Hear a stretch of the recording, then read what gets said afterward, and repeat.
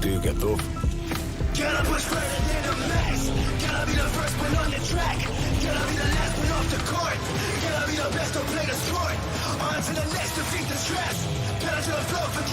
Заряжен побеждать.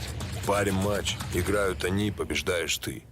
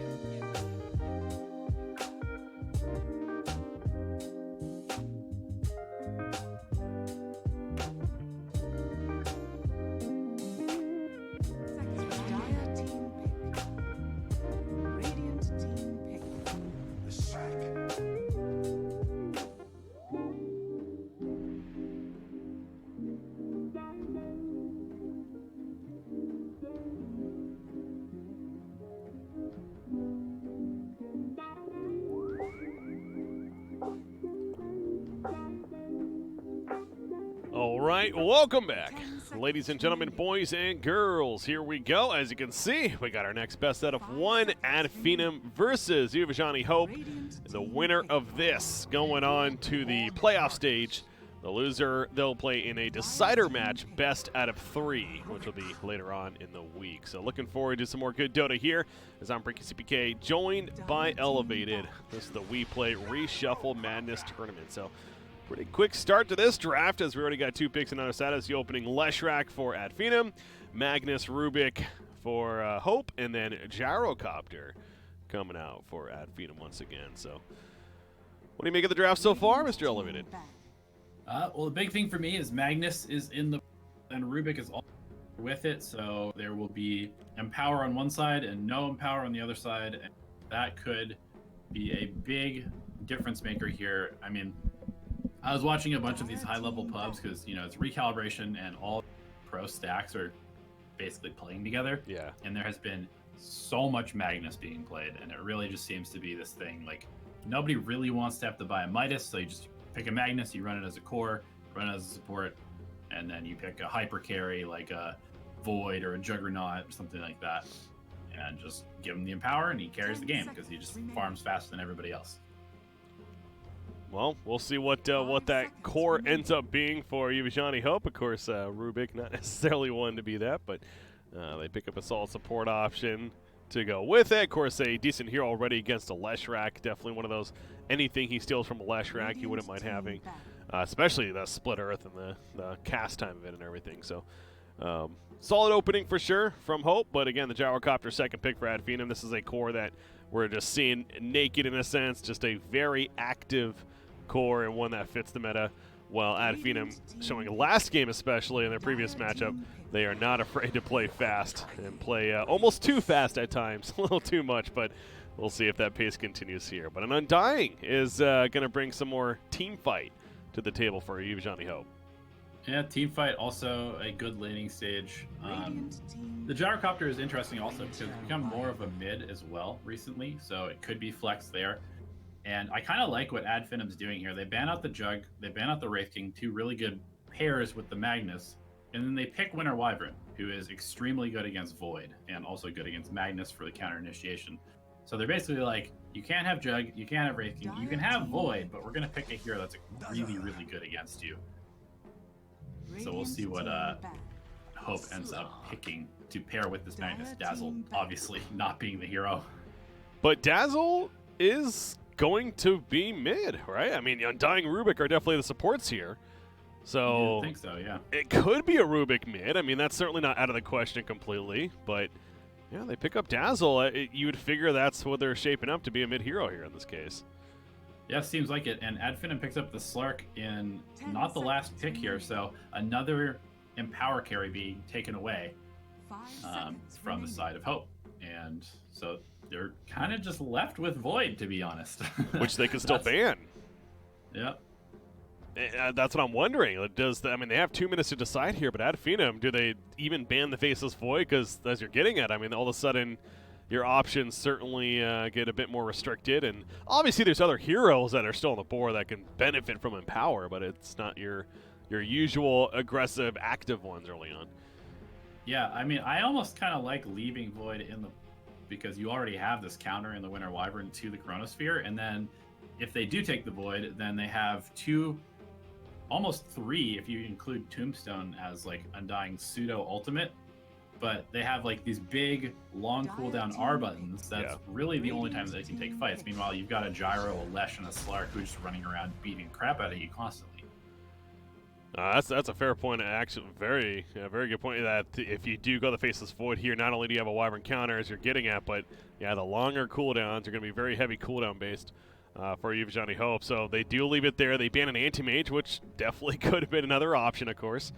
With that Empower buff, they pick up the Sand King, and Uvajani Hope. It was being predicted for a while, but it feels like Ad Phenom wanted this. So this is you'd almost have to favor Ad Phenom because of the finish.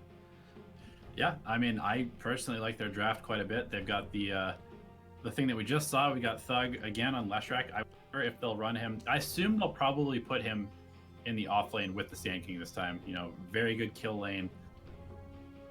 probably,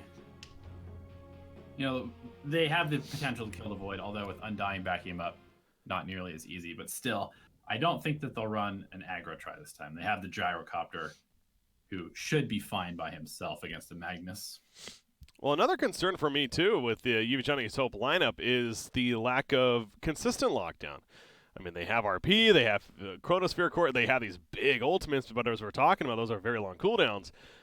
Outside of RNG bashes, they really do not have great lockdown at all on their lineup. So that's definitely another concern for the side of Hope. Yeah, having that Sand King as the last pick there, I mean, first of all, you're being able to pick one of the best heroes in the entire game right now with your last pick. That feels really nice. But then also, again, Sand King, a hero that has very little cooldown dependence because, sure, Epicenter is longer, but Burrow Strike is really what makes the hero so super, super good. And then you've got the Lashrak. You've got, again, it's just a fighting lineup against a very heavy team fight lineup. And I got to go with Ad Venom in this one.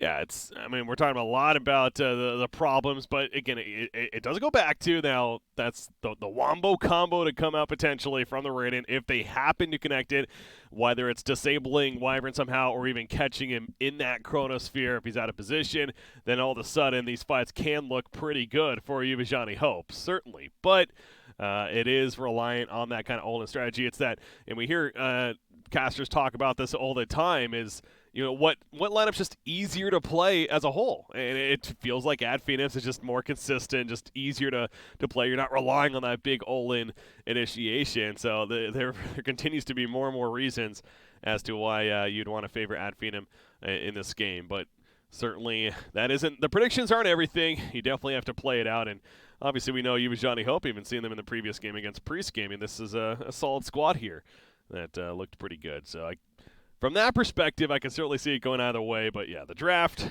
you do have to give to Ad Phenom when you check off the boxes. Yeah, it just kind of felt like it went their way with that the Wyvern forcing the Void pick into the Wyvern, essentially. But we'll see. We saw Focus be extremely aggressive in the last game on the Monkey King. I noticed that he's got 3 Thompson player cards as his profile images. Oh, does he? So clearly likes to play this crazy style of mid, and Gyrocopter fits right into that. Imitating that superstar that is Thompson. Yep. You see the 3 heroes are up here. So, trial lane in the making. Yvonne Hope. Going up against Slark right now, but you'd figure if it stays like this, it probably is not going to stay like this, of course, when it comes to the lanes.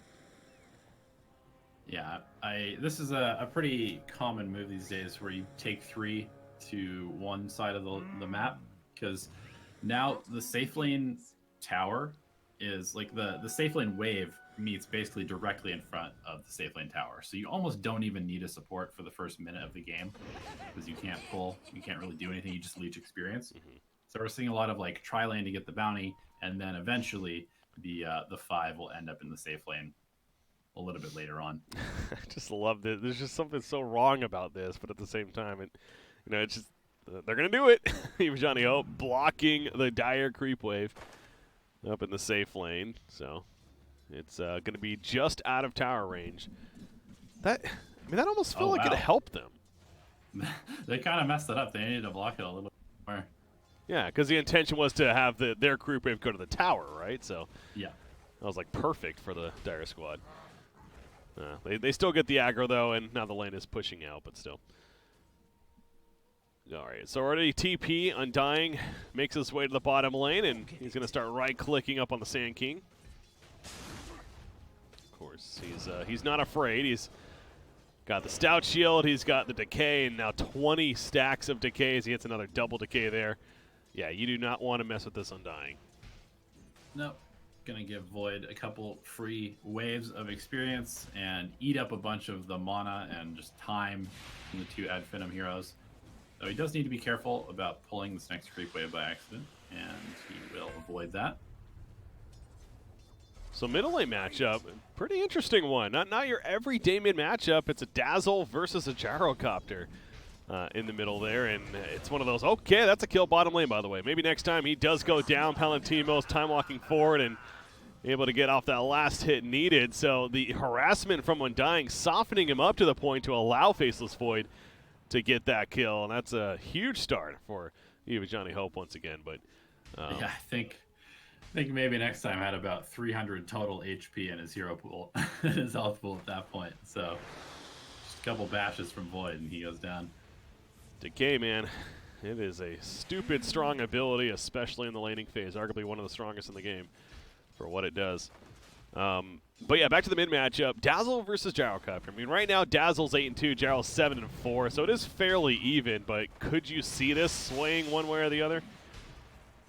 It's going to be very harass heavy. I think it's going to kind of come down to maybe rune control and just basically chipping each other down. I would say probably favors the Dazzle a little bit just because he has longer range and he also has the ability to harass a little bit more safely than Gyro does. Gyro really doesn't want to run up and rocket barrage Dazzle because he'll just get heal bombed, and that's not a very good trade. Yeah. So again, right now it's still very, very even right there, but where it's not even is the other two cores in favor of Johnny Hope. Both feeling pretty good. There is the dive, as you're mentioning. Pikachu, though, he's okay. The heal is on cooldown, so that's why. But Focus is going to back off and not go too deep for that kill. Just instead trading the harassment, pop some regen, and good to go. Maybe next time, getting low once again. Palantino's going in. He gets a bash on a Thug off to the side.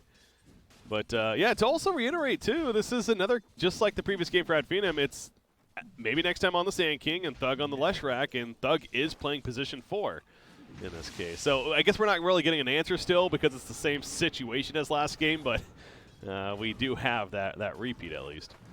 Yeah, maybe he is their 4. I don't know. But definitely a strong combo, regardless of whether you have a 3 or a 4 on the Lesh. But I love Undying for this reason. Going back to this bottom lane, is that we've talked so much about how strong Sand King Leshrac is. But when you're up against an Undying, he kind of just turns that on its head because there's basically no duo that can out-trade a single Undying. Yeah. It's pretty insane.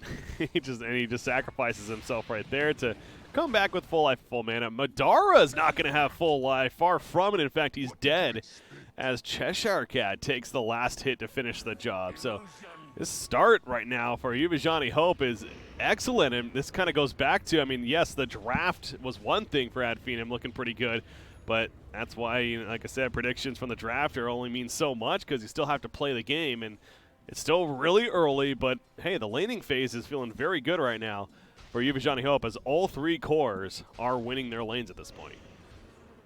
Yeah, definitely. That was a nice block on the pounce, forcing it out very early, and then Madara had no way to escape. Magnus just ran him down. And 2-1 bounties, big timing right here. Looks like it's probably going to go 2 for 2. Yeah, it'll be the 2 for 2 maybe split. next time.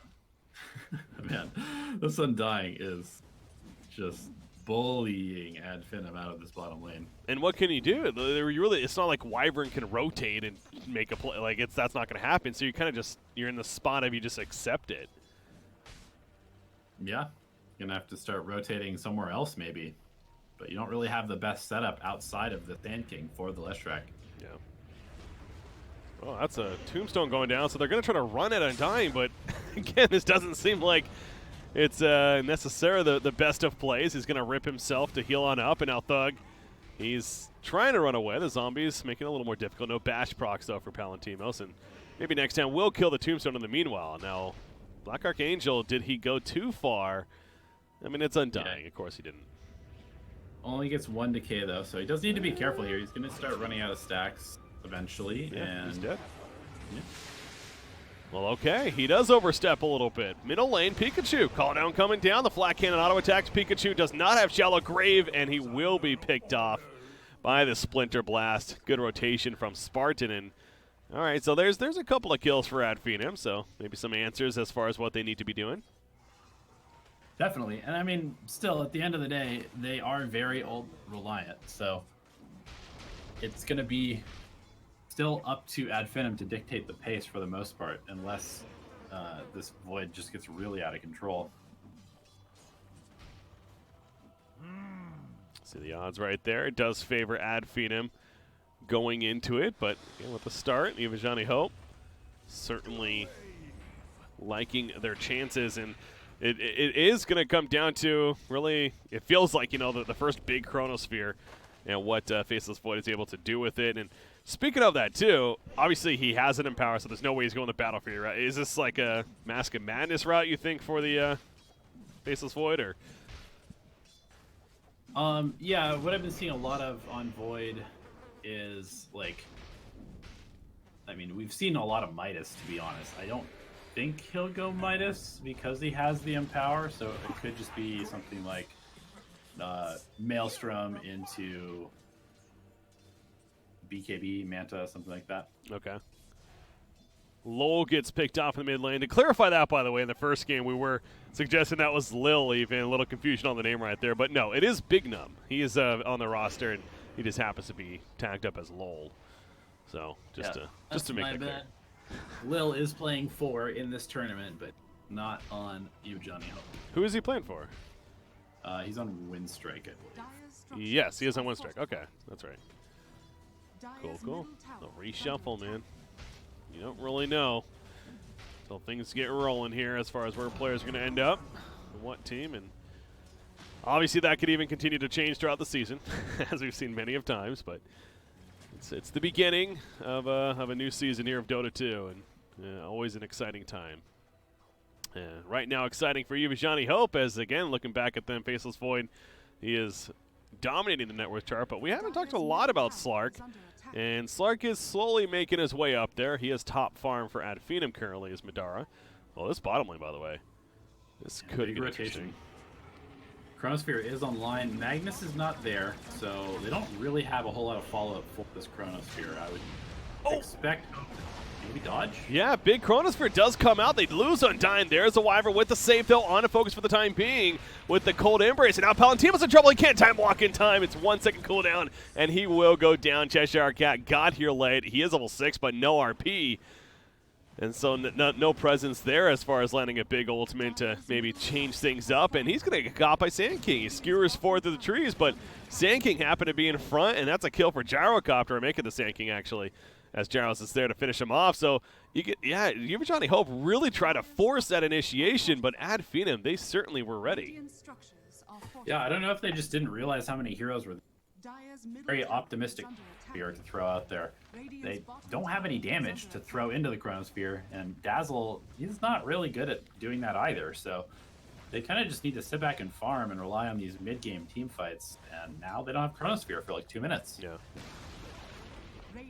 And exactly goes back to the whole draft concern. One of the bigger topics was the big time as far as cooldown reliance for Ivajani Hope, and perfect example of where they're at right now with it is Undying. 10-minute bounty runes. Well, he tried to help get this top bounty rune, but now he's in trouble. He does have a tombstone, put it down, but it just doesn't seem like it's going to matter. They easily chase him down, and he's out for another 10 seconds, so I guess that's the good news. He's coming up quickly because he's only level 4, but not necessarily the best spy of what you want to be. But Spartan, okay, he got surrounded, and the heal bomb takes him out. So, yeah, Pikachu, we haven't really seen a lot out of him yet other than dominating the mid lane, it looked like. But now they're going to need some movement out of Pikachu, as he showed a little bit of right there at least.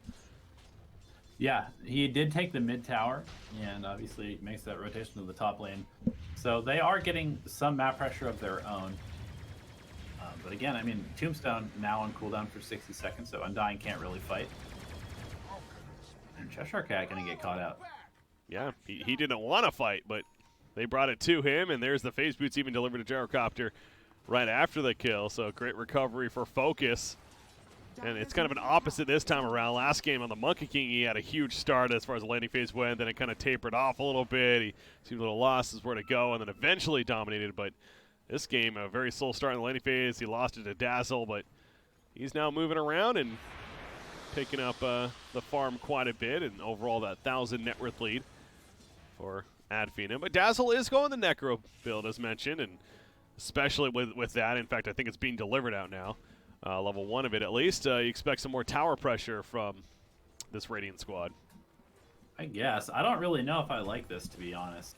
It doesn't do anything for Chronosphere.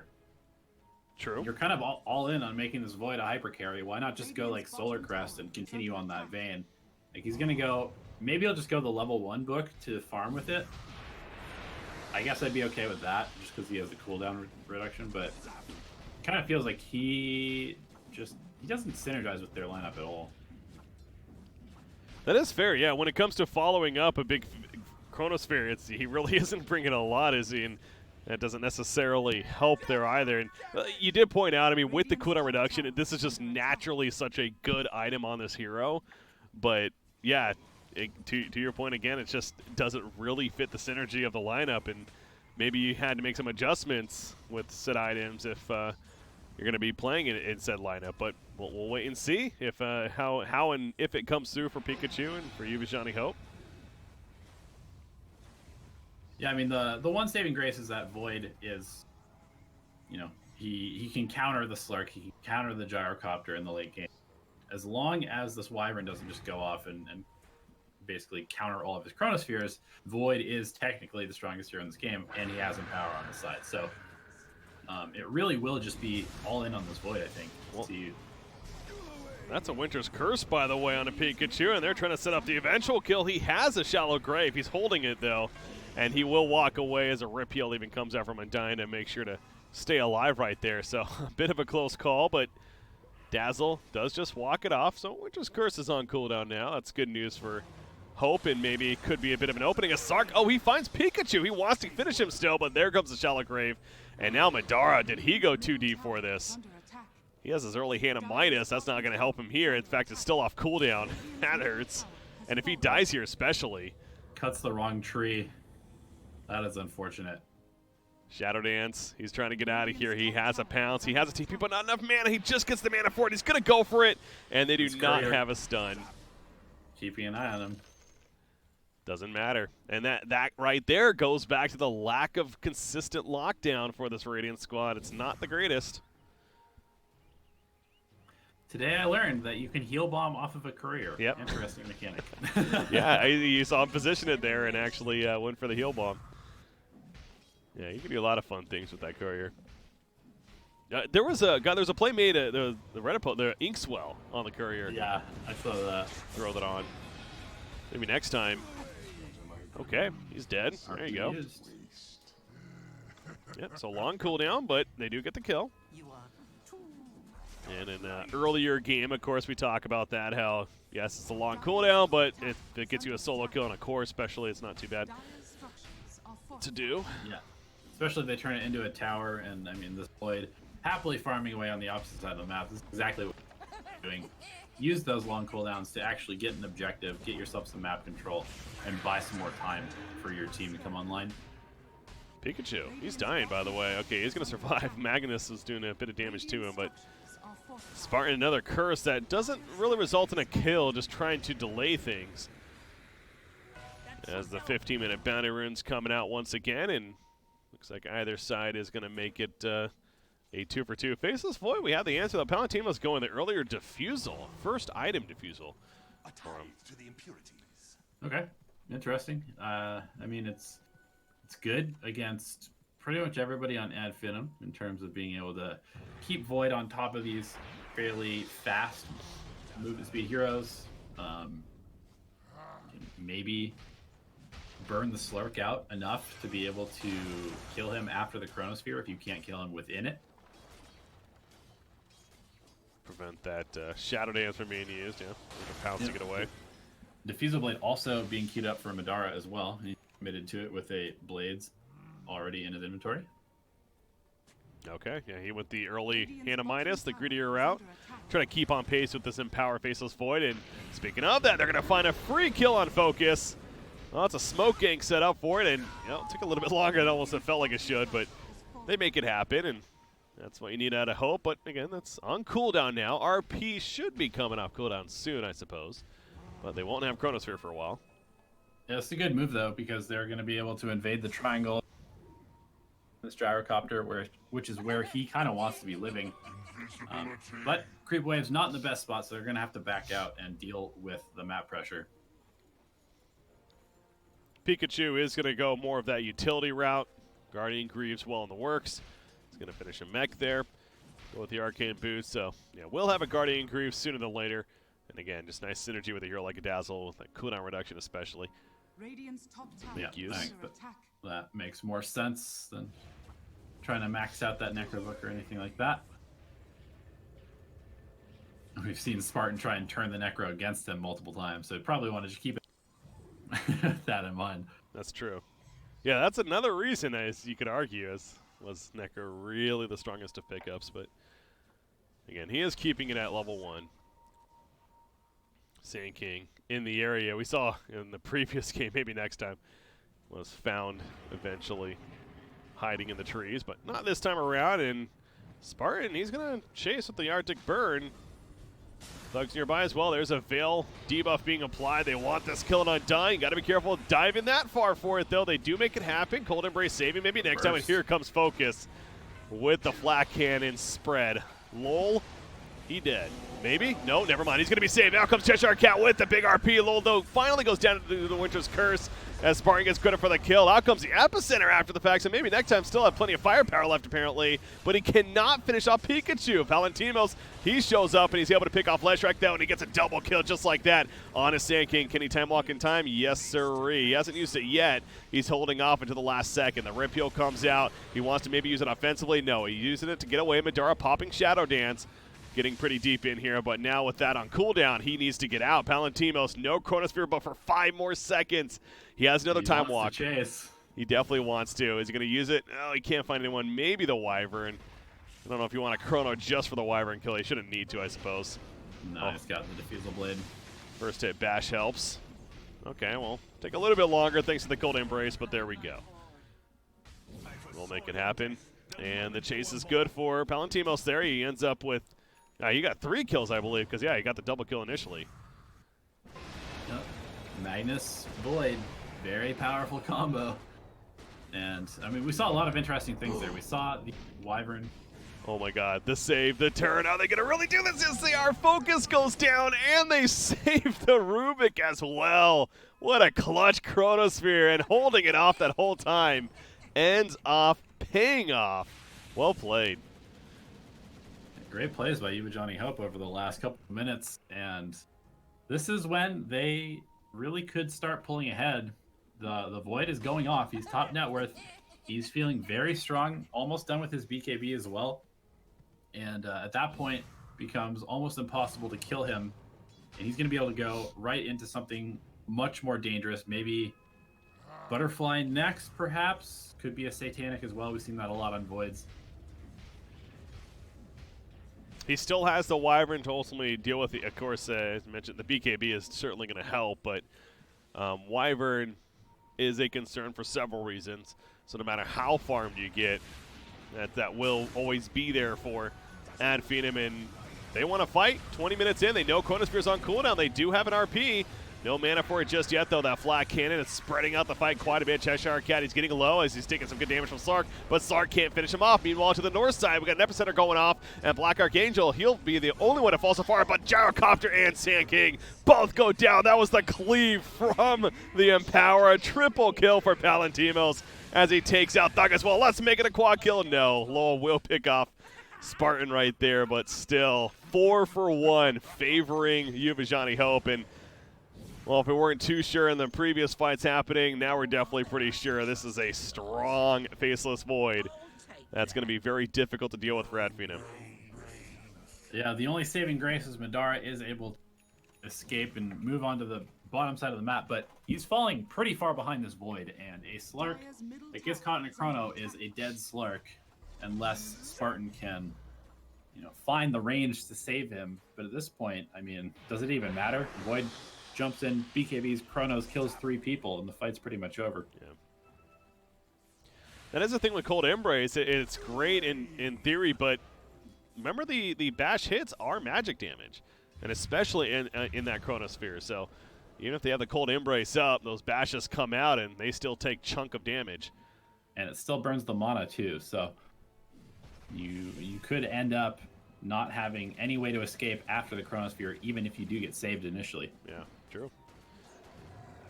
Focus. He did go for the early Ags as essentially his first item. Again, saw that earlier as well. So not maybe surprising, but it is still kind of funky for me to see because the side gunner, yes, a great DPS increase, but you'd almost figure you'd want a little bit of damage before you get that side gunner, online with you. But I suppose this is just the route that players like to go right now with the first item Ags.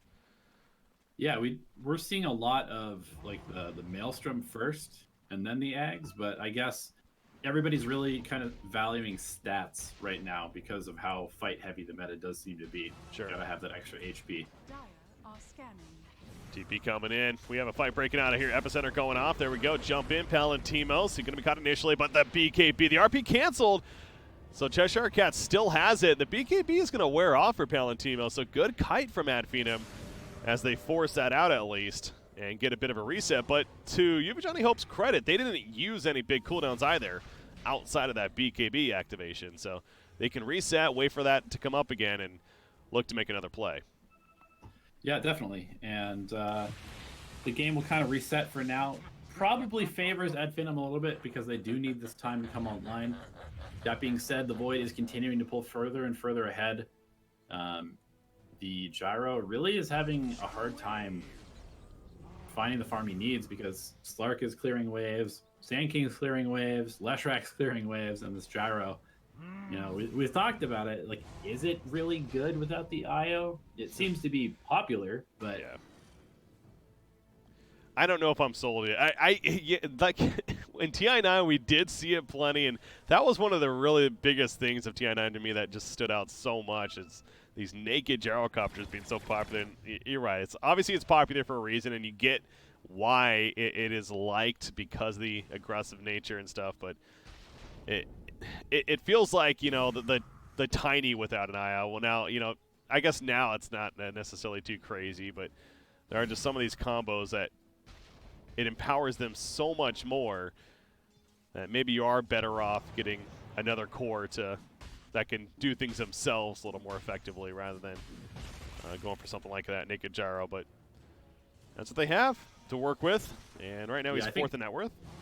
I think more importantly, they didn't have any fallback because they had a good early game. They were running at Johnny Hope. They were, I guess, didn't have the greatest early game. Actually, they lost all of their lanes, but this hero, he either gets ahead early or he has stacks to fall back on. But in this case, it's Madara who's probably taking those stacks. So the Gyro is kind of just feeling a little purposeless at the moment, I would say. Yeah, good way to put it. Faceless Void, dominating that net worth turn, understandably so. The Empower buff helping him get there. And they are hunting for another kill chance. Remember, they have everything. They have the Chrono, they have the... That's what I mean by everything. Chrono to RP is really the everything there. Tombstone, of course, solid as well, but those are the two big cooldowns that you're looking for. Faces Void with a full butterfly. As we've now hit 25 minutes, and looks like the top rune's controlled by Hope, and the bottom ones will get picked up by Adphenum. So Adphenum, they're doing a lot of avoiding right now. Is there a key? Is there an item or place that they want to be in before they can actually look to be more confident to take fights, or this is their game plan and let's just avoid team fights at all costs instead? Yeah, I think that they're pretty happy actually by slowing down the pace of the game. Undying definitely falls off. Dazzle, not known for being a great late game hero. And this Rubik is also fairly underfarmed. So I think that they are happy to kind of just play the split push game, maybe look for some pickoffs, and ultimately they don't really want to take a 5-on-5 until they feel like the Slark is unkillable in the Chronosphere. This is interesting. Maybe Johnny Hope, of course, know that they have the Team 5 presence, and Madara's going to walk on in. Roshan still has plenty of life. BKB activated by Palantimos. Says maybe next time when he went it too early, though. Cold Embrace, it's going to delay a little bit, but again, it's eventually enough damage. And this is going to end up being an easy Roshan when it's all said and done. He got the Aegis picked up for Faceless Void as he time walks over to the ledge. He got that extra range, I believe, now to work with. As Cheshire Cat, ooh, he was hunting. Unable to catch, that looked like it was a gyrocopter in time, though. It's back to the top lane. Okay, Thug gets picked off, though, by Palantimos. Was that a chrono? Looks like it, yes. So he uses the chrono to kill Leshrac. No buyback, and he's going to get more. The curse also expended trying to save the Leshrac, and Palantimos has Time Walk. He's going to use it right there and regen some lives. The Rip Heal also coming out. Undying will get picked up as a result. And Palantimos realizing that he's probably better getting out of here. He's going to Time Walk forward before the pounce hits. And another one in a second as RP is still ready. So, yeah, he had Phenom. I'm going to say, if they keep going a little bit longer, then this could be massively turned. But, in fact, Palantimos, he's going to go back in himself. He's like, all right, we got the firepower now. I got my Empower buff. Still has the Aegis, of course. Why not scare Ad Phenom some more? That's exactly what they do. And Ad Phenom once again spreads out. Yeah, the big thing there was that the Magnus and the Dazzle were both in the bottom lane, so they really didn't have a very strong presence in that top lane. And Palantimos just kind of going YOLO by himself. Sand King chilling up there for now. Maybe looking to cut the creep wave behind him. But Faceless Void, he gets him insight there. He's thinking the Eye of Scotty next to go with the Butterfly. I know you mentioned maybe even like a Satanic route, but go on the Eye of Scotty instead. Yeah, interesting. I would almost prefer him getting an Ags, just because we've talked about their the lockdown kind of issues that they have, and we can see, they'd like to go high ground here. They feel strong, but they just don't have Chronosphere, so they're gonna back out and try and deal with their lanes. This certainly feels like, of course, a game where he would certainly get the blessing for the Ags later if it comes to it, but because, yeah, it is certainly a very beneficial buff for him to have with making it, I believe, a 60-second cooldown on that chrono.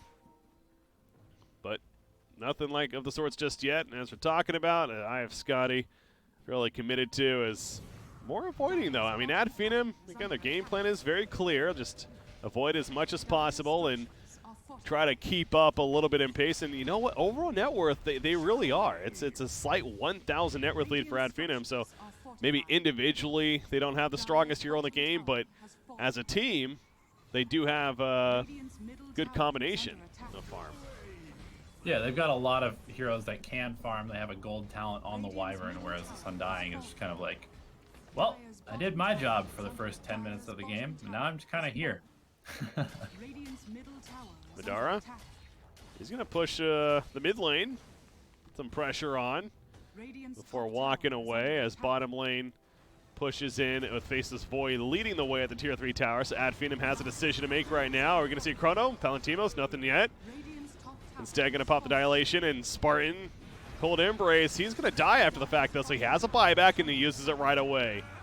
So Ad Phenom, 2 players are not here, though. Sark is still pressuring the tier 3 in the mid lane. Pikachu's going to get caught, by the way, as he went for a TP, and now he's in trouble. Or, well, I guess maybe next time the one is in trouble, as Pikachu now being beat down by the Faceless Void. Yes, he gets denied even in the end. Out comes a Chronosphere. Chichika went in with the RP on top of the Chronosphere, though, so he's caught in the midst of it, too. But he did his job, although Focus is on the run. He's trying to survive just long enough, flying away the best that he can. The cooldown's not going to do too much right there. And an ultra kill for Palantimos. This is just so crazy because Madara wasn't even here this whole time. He finally shows up as he pops Shadow Dance. Neither was Leshrac. Yeah, Leshrac just getting back in, yeah. Catches Palantimos as he comes down, but Palantimos says, you know what? That's your firepower. I'm good to go. A nice Lotus Orb to save the day for Thug as he keeps on running. He is fairly tanky. And Madara nearby, Ultimately, too. though, Ad Phenom is the one that took a tier 3. So they hold theirs with that play. And they have access to killing the shrines with a Leshrac on their team. Yeah. And there's no Chrono and no RP. So will Hope actually push up high ground? I guess they're going to try and force the Gyro buyback maybe. Yeah. But at the end of the day, this is a pretty nice trade. Some good damage with the Empower once again. Thug, though, is going left, and Dara's going right. Thug is picked off. He buys back immediately. Gyro's up in 10 seconds. Doesn't want to use that buyback. Madara gets saved by the Sand King.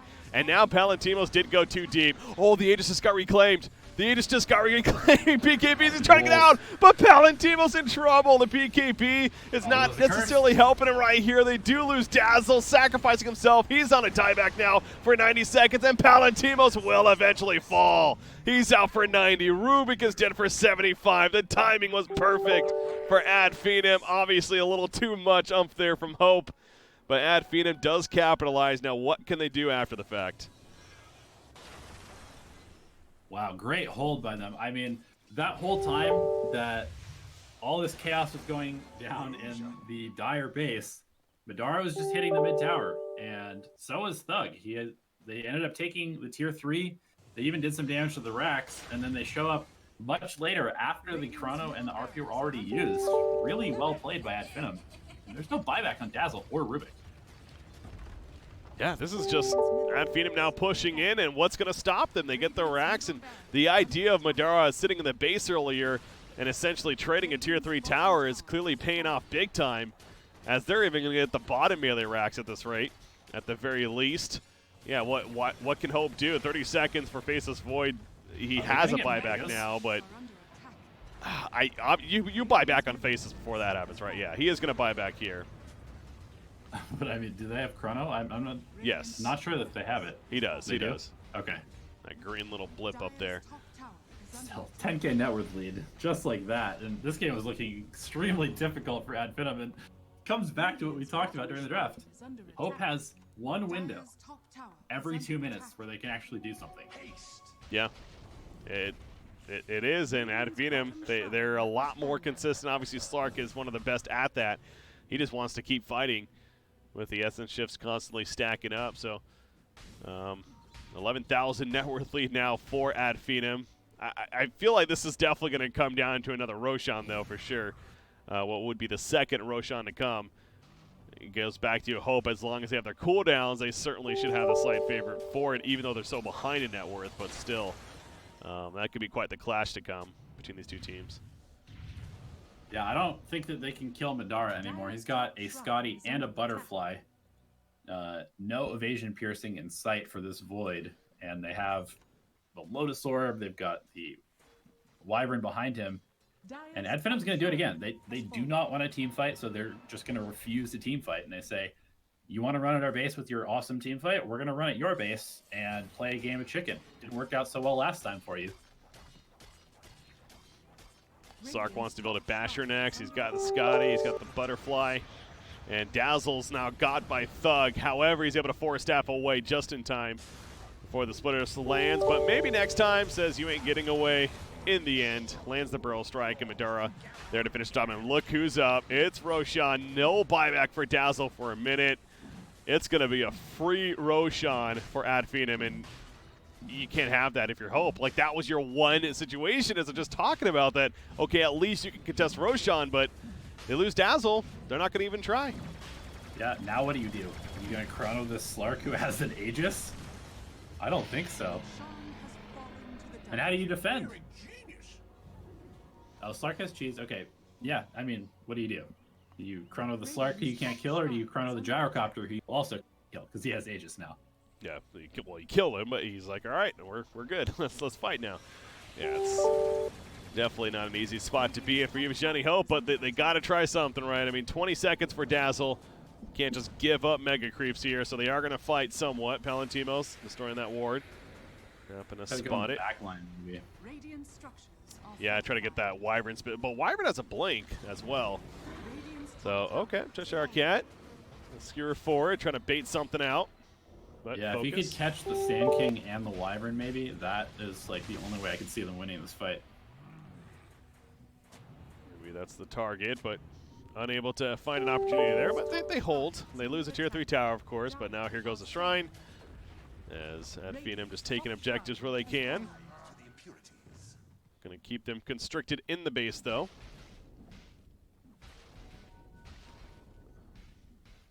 A couple Lotus Orbs, by the way, in Ad Phenom, I've noticed.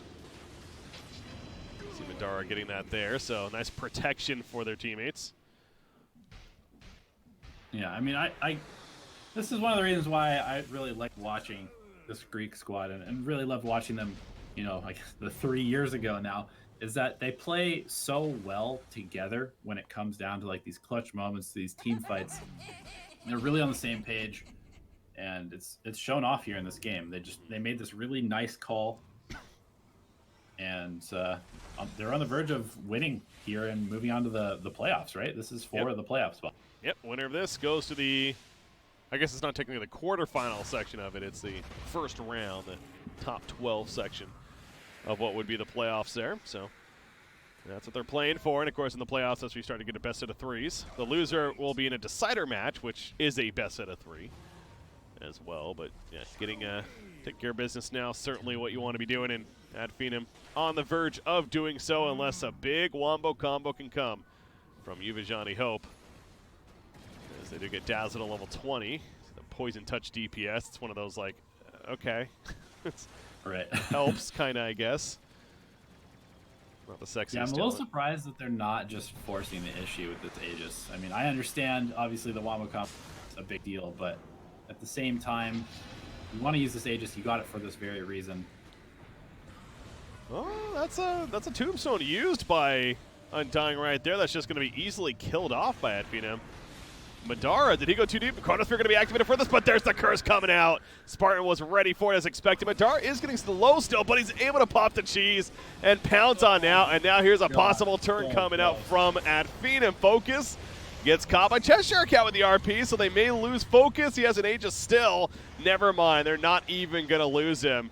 And now Cheshire Cat will fall. It was damn close. I mean, he almost did not get that cheese off on Slark, but he did.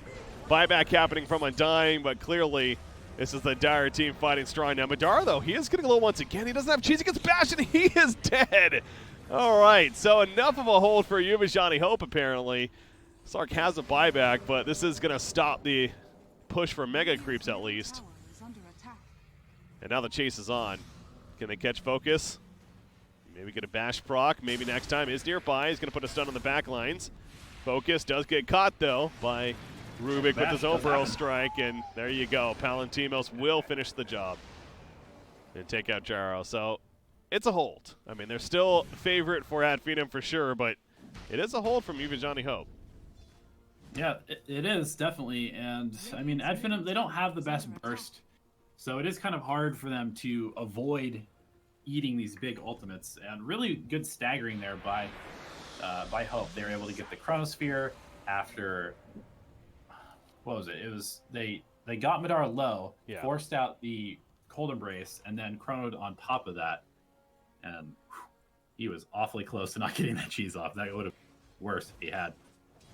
Yeah, it definitely would have been worse, but still, it's reason to be, I don't want to say excited, but it's reason to be at least happy, satisfied with how the game's been playing out right now for Uvijani Hope, and they're gonna push out now. I mean, Chronosphere is still on cooldown, of course. But it's probably up in about 30 seconds or so, I would guess. Pikachu? Oh, my God. Winter's Curse, man.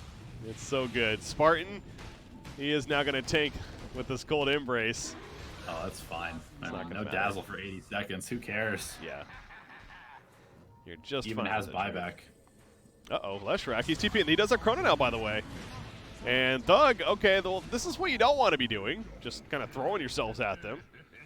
And he has Chrono, I keep going back to. Like, Slark could get caught here. No. Faceless Void is just going to run away. Got to defend, I suppose. That was a pretty questionable death by Leshrac. Yeah. Seemingly unnecessary. But ultimately, Hope will have to come back and defend their base as it is being knocked on by the creeps. Yeah, so that's something that Ad Phenom will obviously have going for them. As we are in the buyback status here, and Faceless Void just got his buyback ready off cooldown, so that's more good news for this Radiant squad. And I wonder what, he's got to have another big item coming up soon, right? Because I know he had the MKB now. I wonder where he goes next with the Faceless I kind of hope he just buys a Refresher Orb, to be honest. Because chances are you're going to be fighting near your base anyway, so even if you don't have staying 2 Chronos on a regular basis, you Chrono, you get a kill, you run back to base, fresh, take another fight. But they're going to go for just more hyper carry on this way. He's got a Moon Shard queued up. Yeah. Yeah, I mean, I tend to agree with you, honestly, with the, I mentioned earlier, with even the Ag's Blessing, like going that direction over a Moonshot right now, just the cooldown reduction of that Chronosphere seems so important for Faceless Void, but at least from what it looks like he's thinking, he does want to just eat a Moonshard sooner than later. Yeah, I mean, this Void hero is nuts, especially when he has Empower. He's probably the strongest carry in Dota right now. And he's gotten to this late game stage, so even though they are down by 15k, they have one set of racks left. This is certainly not out of reach for Hope, especially with their overwhelming team fight. And there is an Arcane Rune Breaky. It's pretty good. That'll help with the cooldown. It's a matter if he uses it, to be fair, but they got 30 seconds or so of a window where it's one of those, obviously, you don't want to just now try to force it, but it would be nice to use a Chronosphere with that Arcane Rune active, and might have a chance here middle lane if they can see what's going on in time. As Phenom is starting to push out slightly. Leshrac, take a look at him. Again, he's got a full Shivas now, so this is a pretty far in position for... Ooh! Palantino's jumping in, almost like he was going to Chronosphere right there, but Focus was just out of range. Yeah, speaking of Refresher Orbs, there is one queued up on the Wyvern. He's about halfway there in terms of the components, and that could be preemptive to countering a double Chronosphere or a low cooldown Chronosphere as well. Yeah. 16,000 net worth lead for Adphenom, but it almost feels like the net worth lead doesn't even really matter at this point. It's still the same, similar game state of Faceless Void. It's a 4-1 strategy. It's around him. Can they land the wall combo? Maybe next time he goes in for the epicenter, but Palantimos, he time walks away just before it hits. And that's the end of that. Back to farming, back to pushing out the lanes, and there's a courier sitting in Roshan, just waiting for the big boy to respawn. That will definitely be the next point of contention. He is up, and this has to favor Hope. The lanes are in pretty good spot, and they have better team fight around the pit. Well, here we go, Adphenom. This is the third Roshan, as you mentioned, so we don't know what's on Roshan, but either again, the axe would be huge for Faceless Void, but that or the Refresher is going to be big no matter what. Yeah, either one is really good for this Void. It's going to be close. Focus. He goes in with a call down. There goes Roshan. We don't. Oh, it is the axe. It is the axe. It looks like Faceless Void is trying to work his inventory. He finally gets it. The cheese is still there. Spartan jumped in with the curse, but he missed Palantimos, and Palantimos just crunches him down. Now Focus versus Palantimos. Seems like a one that Faceless Void is going to win, and he puts a Chronosphere now with no Wyvern protection. He's feeling pretty good about the situation. Down goes Gyro as well as Sark. They were right on top of one another, and the Empower Cleave just absolutely melts them. And maybe next time also goes down. Triple kill for this Faceless Void. That wasn't the prettiest of fights for Adphenom, and a big capitalize for Yuvijani Hope. And he's got a Chronosphere in about 40 seconds, plus a Moon Shard, plus buyback. He's going to run right down mid lane, and this is getting real dicey if you're an Adphenom fan. Yeah, the funniest thing about that is Palantimos literally spent about 5 seconds figuring out his inventory. Like, even with the Aegis, let alone the Ags, but he was able to do that and then still dominate in the fight against them. He's just unkillable. He's got BKB, he's got Scotty, he's got Butterfly. I'm pretty sure he even took the backtrack. He definitely did, so yeah, I don't know how you kill him. Tier 3 tower? I don't think Adphenom knows how to kill him either. No, there's no obvious answer here, that's for sure. I guess, yeah, trying to split push like Thug is doing and deter them is maybe your best option, but Dazzle's there to protect. Push it out, and Palantimos, he cleans out both the middle and the bottom lanes, and we'll do a bit of a reset now as the resurrections are happening. So, I mean, base-wise, this actually just got very even, but you certainly have to like the momentum right now that this Radiant team has, especially with the Aegis in the hands of Faceless Void and with that Ag's Blessing as mentioned. He is pretty ridiculous right now, and he's got a freaking Bloodthorn queued up. for his next item potentially. I don't even know where he'd put that. I guess just that instead of boots after the Aegis gets reclaimed. Yeah, I suppose swap it in after you use BKB too, something like that. And there's a DD in front of Roche. But yeah, with the lanes mostly equalized, this game is completely reset and actually 1K in Hope's favor after they were down upwards of 17, 18K at one point. Yeah. It was almost 20K. Yeah, you look at the win probability. It's even still favoring Adphenum, which is kind of crazy to me. I feel like, if anything, this is a 50-50 game. It really feels like a I don't know flip. about that. Not sure about that, Gaben.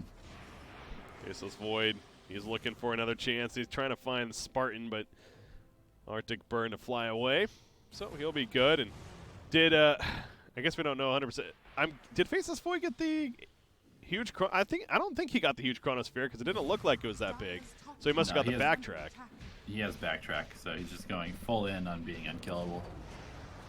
And he's just gonna go through backdoor because he can. Why not? Dispel on the double damage though will put a stop to that to some extent. Yeah. Kinda. He just time walks away. Heals up the life at least. And okay, Adphenum wants to commit to something. The curse, they catch Undying. He'll be beat down by Faceless Void. They're going to keep him nearby as well. The stun follow, a buyback from Undying. He's got a long way to go, though. Palantimos getting a look at the time walking time. Yes, however, goes right into Majara. Pops him with the Abyssal Blade, but it's not enough damage. Now Palantimos going back in. Thug caught by that Chronosphere, and he changes attention to maybe next time, though. And he picks him up and says, Palantimos make it out. No, Cheshire Cat comes in with the RP as Palantimos win for the time walk away. Now he runs back in, go for the bash block on a focus, but it's a save from Winter Wyvern thanks to the Cold Embrace, but Leshrac is going to end up falling to this Faceless Void. So they're trying to kite Faceless Void the best they can and eventually kill him. Yes, there we go. So Madara, the Essence Shift is adding up. Good point. The longer this fight lasts, the better for him. But here comes the Aegis Resurrection. Now going Mammo. The Abyssal Blade comes out, though. Palantimos, he's at half-life. He needs to time walk defensively. Can he get it off in time? Yes, he goes away for now. But Focus, he's over there as well. They pick off Rubik. And Palantimos in trouble. It must be an insane amount of Essence Shift stacks. The Shallow Grave to save Faceless Void there for the time being. Pikachu TP's away. But another time walk need to be used. Maybe a TP out from there. He's going for it. Can they find him? No, he does manage to get out some way, somehow. But you see right there, 45 stacks of Essence Shift on the Slark. Yeah, Void had minus 22 Essence Shift stacks at the end of that fight. And, I mean, really, really good fighting from Adphenum yet again. I think that the curse on Undying was actually really clutch because it immediately gave them a 5-on-4. Dazzle came in a little bit late, and then Madara did a great job isolating him in the backline, just building up stacks while he was Shallow Grave, picked him off, he TP'd back in, almost killed him again, and the whole time, even with that Chronosphere cooldown, it's not enough. It's still 60 seconds that you don't have lockdown. Continues to show.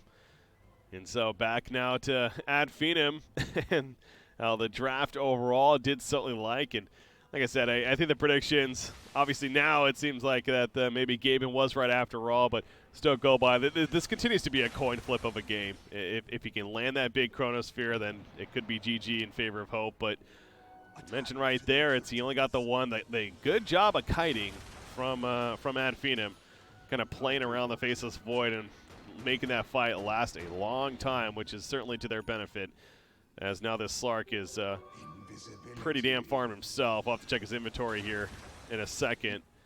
Gyro is too. He's got a Satanic and a Butterfly of his own.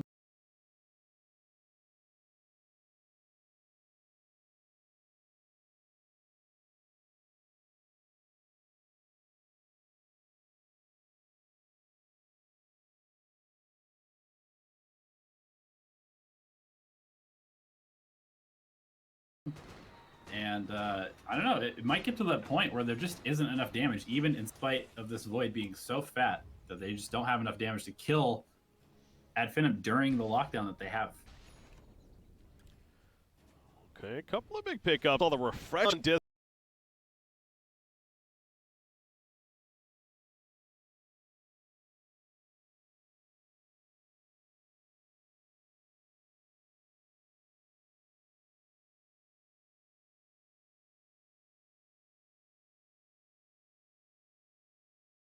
picked up by Refresher now. As we're 50 minutes, he is going to continue to be a... Before, I'll say it again, is overpowered, and it is probably the best talent in the entire game if you're a support player. And it's just showing. Look at the Undying's net worth. Look at the Wyvern's net worth. That is the difference. 90 GPM. Wyvern is certainly benefiting from that. Hence the Refresher picked up specifically. And Yuvashani Hope, now they continue to be in their base, but this really is a game of anything can happen. I mean, Tier 4 Roshan, I suppose, is going to be up sooner than later. It looks like we're going to find out pretty shortly here how fast of a respawn. I'm sure we'll keep an eye on it. Madara, okay, Missile Blade stun on Palantimos, and he pounces away, realizing that's not a fight they wanted to take. He's getting some Essence Shift charges. Faces Void, so he did choose to get the Blood Throne to replace the boots. So he doesn't even have Power Treads anymore. Yeah, he needs them. He's got Time Walk cast range. Yeah. Yeah, his attack speed, though, isn't the greatest, to be honest. So there is that. He's no Power Treads, and he's not getting a lot of it. Oh, he does have the Moonshard. That's right. Yeah, Moonshard Butterfly is plenty, I think. Wants that extra damage. I mean, we saw it. They didn't have quite enough damage to kill this Slark. Oh my god. Madara. They have enough damage. Madara just evaporated right there. That was without a Chronosphere, by the way. Spartan is also not going to get caught by a Scythe, and he too will go down. So just like that, in the blink of an eye, it feels like. Slark is down for 2 minutes, and now it's the turn of Yuvashani Hope to push out. Yeah, Slark does have buyback, though, in 30 seconds, and all the waves are pushed in. So they will have to deal with these first before they can run down mid. Adfinum doing a very good job setting up these fights in terms of map control beforehand, but this is going to be a rough hold without that Wyvern alive, and he is nowhere near having buyback. 900 gold away. It's almost like the Wyvern was waiting for like maybe the Chronosphere to actually come out before he came, but it didn't even need the Chronosphere. The bash procs were enough for Palantimos to just drop Slark right there. That mixed with the crits. Run that Blood Throne, of course, and now he's just going to siege easily. So there's the buyback as mentioned, but yeah, Wyvern down for 40 seconds. He's the ultimate tool as we keep talking about, and he's not up. Now Thug does continue to split push. He's been doing a great job of that. Yeah, he has to. Because if he comes back and they try to fight this 4-on-5 into the RP and the Chronosphere, they just lose the game. Looks like Rubik, quick DC to make an adjustment here, but again, an important game for both these teams. Naturally, as the winner of this will move on to the playoff stage here for the Reshuffle Madness. As I take a look at some sweet cinematic views. Yeah, the interesting thing about this tournament, unless I'm mistaken, at least on the Liquipedia side of things, so there are the quarterfinal invite teams that are automatically in the quarterfinal side of things for this event, and the only team announced so far is J-Storm with their newest roster of Resolution 9, Moose, and Fear, of course. So that's going to be a fun one to cast there, Moo and Moose on the roster. But we'll see what the other three teams end up being in the eventual quarterfinal stage for the invited teams, but something to look forward to. Yeah, so far I'm happy with the level of Dota that's being played. It's been wild, it's been aggressive, it's been back and forth. That's what we all want to see. Yeah, definitely in a good state right now. But now, as we know, it is interesting kind of going from region to region as well. Obviously, this is very CIS and even a little bit of European, of course, heavy region, but definitely can vary when it comes to strategy and play style. So throughout the season, get a good idea of how it develops. But again, definitely some quality teams throughout here. I'm actually just going through a lot of these rosters right now, with a lot of the shuffling going on, and there's certainly some fun rosters to look forward to with even this tournament here. Some names that some team names at least maybe wouldn't recognize as much, but back to the action. Focus. Wow, he is just dead. Palantimos does finish the job right there. Lotus Orb ain't gonna save him. He has a buyback. Madara, he needs to make sure to get out of there because again, he has no buyback himself. He drops to half life, but he pounces away. There is the buyback from Gyro, but Sand King's picked off. Palantimos, did he go too deep, though? Cheshire Cat with the lockdown on the focus from an RP, but Madara's just melting away as Palantimos can't finish the job, though, because he got stunned the last second. As Wyvern does save him with the Cold Embrace, that being Slark. Black Archangel He is getting low. Shallow Grave going to save for the time being, though, as out comes the curse. And Palantimos locked in place. The bash on top for the Abyssal Blade, but Palantimos still skirting out of there with the time walk. Nice force staff. As now Pikachu force-staffing away initially, with the Shallow Grave just going to delay the inevitable, even add some Essence Shift stacks. Two Slark right there. Again. He sure is. Continues to be anything can happen game. Expensive hold for Adfinum, but they do hold, and the game is reset. Roshan is up, though. And Wyvern has a curse, remember. He did use a refresher. That courier. Yeah, they're going to confirm it. You have Rubik just jumping in, going YOLO mode right here.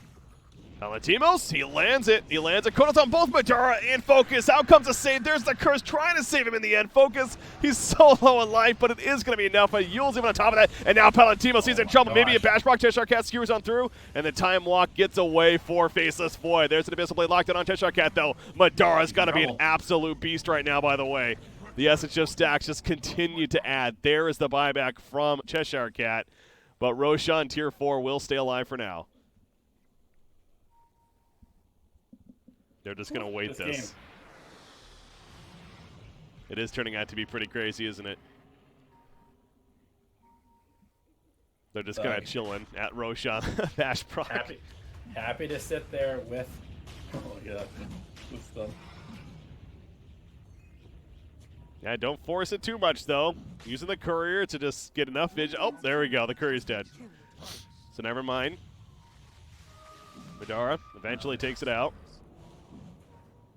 Chrono is up again. They do not have an RP just yet, though, and now Cheshire Cat, he's going to be open on Abyssal Blade locked up. There's a Chrono. He catches both the cores once again. No save from Spartan. He's going to be scythed up in the backlines. He wants Madara dead. He can't get in, though. Shadow Dance now activated. Now Palantimos in trouble. Splitter as it comes down. The Bro Stark follow-up. Out comes the Telegraph. There's the RP from Cheshire Cat, but the lock-in is so real. Palantimos, he can't move a damn inch. Rubik with the counter winner's curse coming out right there. Palantimos with the beatdown. There's another Shallow Grave. He's holding his ground as much as he can, but he's just not doing enough damage. He has to time walk away at the last second to just simply survive. And this Madara Sark continues to be an absolute beast for the Dire side. But the Radiant hope they want to continue to fight. Maybe next time he's thinking about stunning in. Nope, never mind. They do get a TP out of Sark. He actually ends up TPing back to base right here. Yeah, he's got to get back. He's got to buy Boots of Travel and TP back in. Okay, there we go. Cannot give up this Roche. Yeah, he does bounce back in, so the fight will continue. Back at the Roshan pit, Palantimos again, no Chronosphere, Tombstone dropped. Roshan still has plenty of life right here. Palantimos Chronosphere is back up, and he is going to let it. 3-man Chronosphere Thug, save it with the Ethereal Blade initially, but it's not enough. Down goes Focus as well. Gyrocopter, Madara, can he steal? No, Palantimos picks up the Aegis from Madara. He is still looking to do some damage. He needs to get out of there, though. I don't know if he picked up anything or not. Faceless Void got the cheese as well, it looked like, but now Madara lifted up. But he is very tanky again. Those Essence Shift stacks at 37 currently with a 12 permanent. He pounces away, or does he? Out comes the Cold Embrace. Again, saving for now. He's lifted up. The Croc Control is real. Another curse, though, to try to save the day. Oh, the Abyssal Blade! And Madara sneaks away. It's somehow saving the Sark. Oh no, he finally goes down. Oh, Palantimos with the empowered cleave to take him out of the end. What a fight that was. I think that's it, but what an ending to this game. The cleave actually killed him in the end there. He actually cleaved off of Winter Wyvern to finish off Slark. I actually think he might get out if the cleave didn't hit right there. Yeah, he was TPing out. I don't know whether he would have been able to hold anyway, because they don't have any. Chronosphere cooldown is looking incredibly strong right now. Maybe next time trying to cut this wave, trying to keep the creeps out of the base. Doing a pretty good job so far, but he's going to go down here, I think. Yeah, Lotus Orb Yules. Nope, cannot get it off. He just buys back immediately, but yeah, he's delaying. He is delaying. You look at the top lane, the creep wave pushing for Adfinum, and that means Dazzle's going to TP back to push that out. You have 25 seconds for Gyrocopter. We'll see. Can they hold for Mega Creeps? There is still the bottom racks as well, so yeah, they should be able to hold this for sure. Yeah, I might have called this a little bit too early. Yeah. No, I think there's definitely still game left. Because if anything, the bottom one. We're talking about after all. True. Always about hype. All right, so that bottom rack, you see them surrounding it. They know that that's the difference right here between that and Mega Creeps. Palantimos going in, gonna start some damage. You gotta go for a play here. Oh, well, okay. Spartan's dead. How was he even up there? Huh. He was looking for a big curse on the back lines, but that might be the difference, actually. He's doing so much work in these fights. Yeah, without your Wyvern, you certainly aren't holding that, so that is the Mega Creeps. Thug continues the split push, but Dazzle is there defending the best that he can. Now back over to the main fight. Palantimos locking down Focus, the call down. It's working. The Satanic also healing up Focus quite a bit with the Black Cannon. And it's not going to be enough, though. He eventually gets locked down again, or is it? Focus still somehow alive. The lifesteal, the Lotus Torp. Palantimos is getting low now, actually. And Focus will stay alive for the time being. They get a shallow grave, and now Pikachu trying to run from Madara as he pops his Shadow Dance. He gets the Aegis kill. They finally take out Gyrocopter in the back lines. He's out for 90 seconds. And now Palantimos up after the Aegis. Oh, there's a refresher. Are coming into the base, so pressure is now certainly on. No Wyvern still. I think they're going to have to tap out here, but man, what a fight. Palantimos, he has another Chrono. He did get a refresher on him, so he's looking to use it. There we go. He is going to use it on Madara. And Madara with the Eul's defense, it's not going to matter. He is out for 100. And I think, indeed, Yuvajani Hope is going to break through and advance on to the playoff stage here in the We Play Reshuffle Madness. Adphenum does not want it to be so, but it doesn't matter what you want. It's a matter of what you can do. And they're even going to pop Fortification for this. So, yeah, 15 seconds for Wyvern, I suppose. But, oh, Sark just got his buyback. He's going to jump in. Again. Yeah, it's actually not over. I mean, I didn't realize he was going to have a buyback soon, so he can't really clear the Wyvern's up in one. Blink in, go for the curse maybe. Wyvern, where are you, buddy? Oh, he got stunned as he went in, and Rubik stalled him, and they called it GG. Good. That was just fun play throughout that whole game.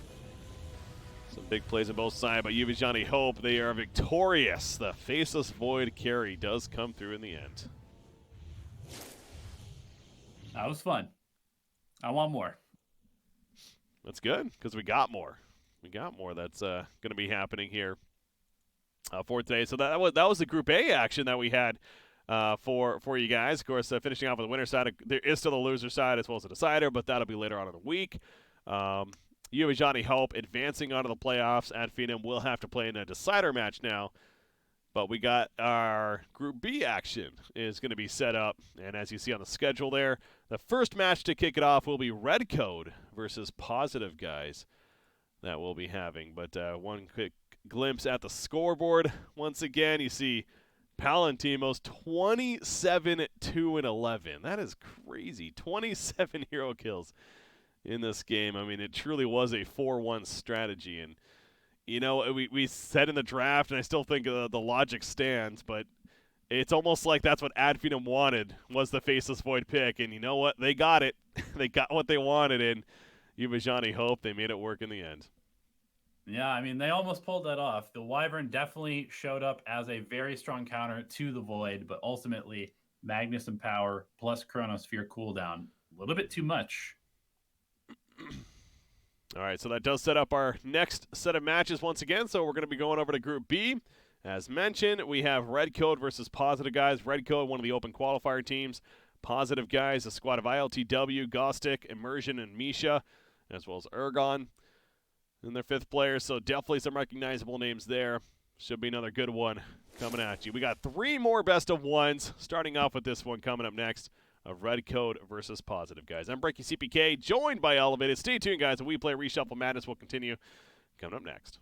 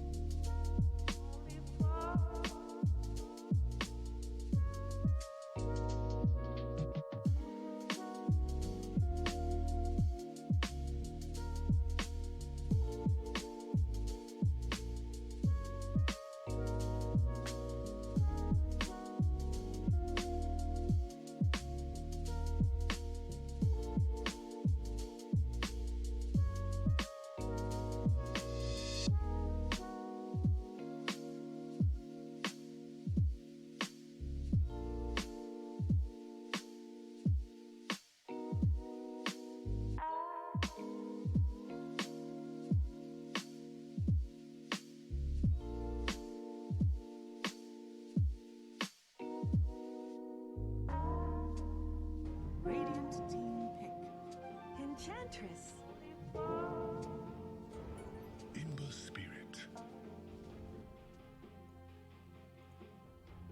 All right, welcome back, ladies and gentlemen, boys and girls. Here we go, our first game of the Group B stage, we'll call it that. This is our first best of one of Group B. We got, of course, 2 more after this to help develop things here for the We Play Reshuffle Madness. And the 2 teams that are going to be competing right now here in Group B, we have Positive Guys over on the Radiant side. They're taking on Red Code on the Dire side. As I mentioned, Positive Guys, you're looking at ILTW, Aragon, Gostic, Immersion, and Misha. On Red Code, not as known names, TTR, Imba 4, Limitless, Doji, and DSR is their 5-man roster. So, but they're one of the open qualifier teams I got here by doing so.